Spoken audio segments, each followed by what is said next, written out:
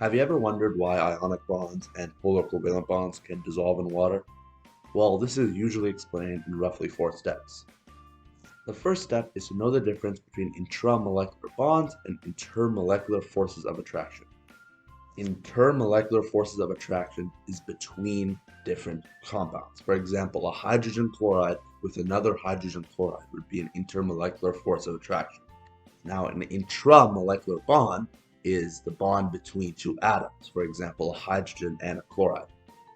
Intermolecular bonds are why compounds dissolve, and intramolecular bonds are how they. Intramolecular bonds are very important because ionic bonds and covalent bonds dissolve in completely different ways. This leads me to my next step. How do ionic bonds dissolve in water? Well, before we learn about how they dissolve, we have to learn a bit more about them. Ionic bonds are the transferring of electrons. They have an electronegativity difference of 1.7 or higher, and they are the weaker of the two bonds, ionic and covalent. When an ionic bond is placed in water, it does not get dissolved as a bond. The water separates the bond and destroys it and dissolves each part of it separately. An example could be sodium chloride getting dissolved by water. So the positive hydrogen would pull in the negative chlorine, and the negative oxygen would pull in the positive sodium. Now that we know ionic bonds dissolve in water, we should know if polar covalent bonds dissolve as well. But to give another bit of context on polar covalent bonds, they are the stronger of the two. They are the sharing of electrons, and they have an electronegativity difference of 0.9 to 1.6999. The main key differences I want to talk about are two. The first one is that when covalent bonds are dissolved in water, they are dissolved as a bond. They are not separated, they are dissolved as a bond in one. The second thing is that polar covalent bonds can make hydrogen bonds as well.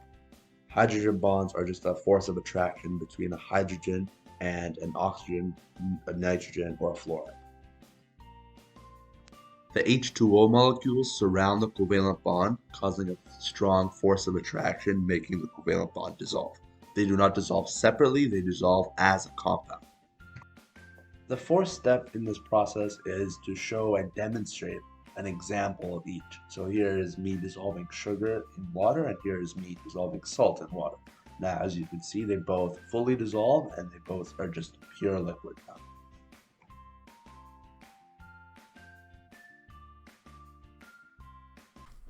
Now, why is water unable to dissolve nonpolar compounds, while other nonpolar compounds are able to?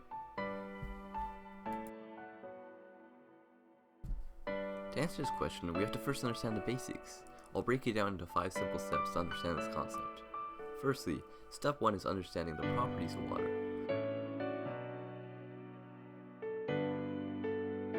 Water is often considered a universal solvent.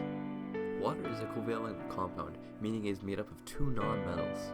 Water consists of 2 hydrogen and 1 oxygen atom.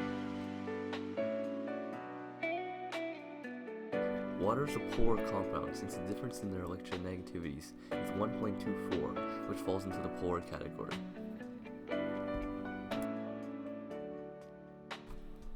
Step 2 is understanding nonpolar compounds.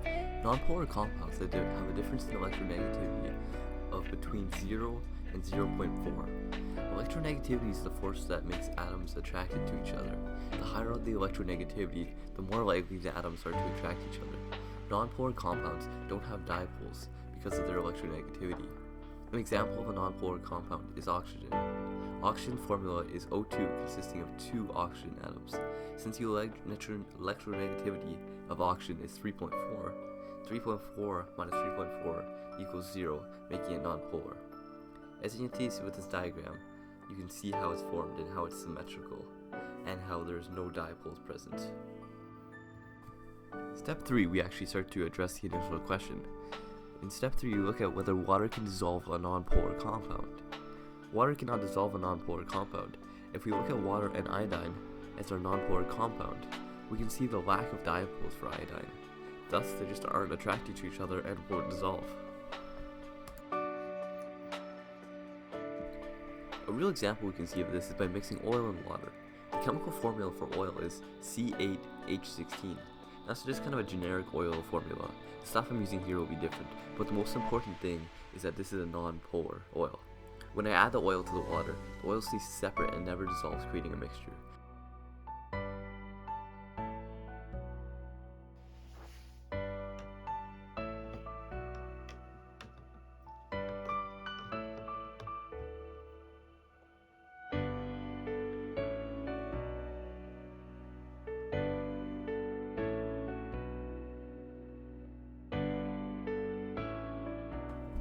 In step 4, we look at London dispersion forces. When two non-polar compounds come into contact, they create temporary dipoles for a small fraction of seconds. These temporary dipoles are what allow these non-polar compounds to be attracted to each other. Although these forces do allow these dipoles to attract each other, the attraction is very weak, as the attraction is constantly being lost, while the dipoles are just there for short periods of time.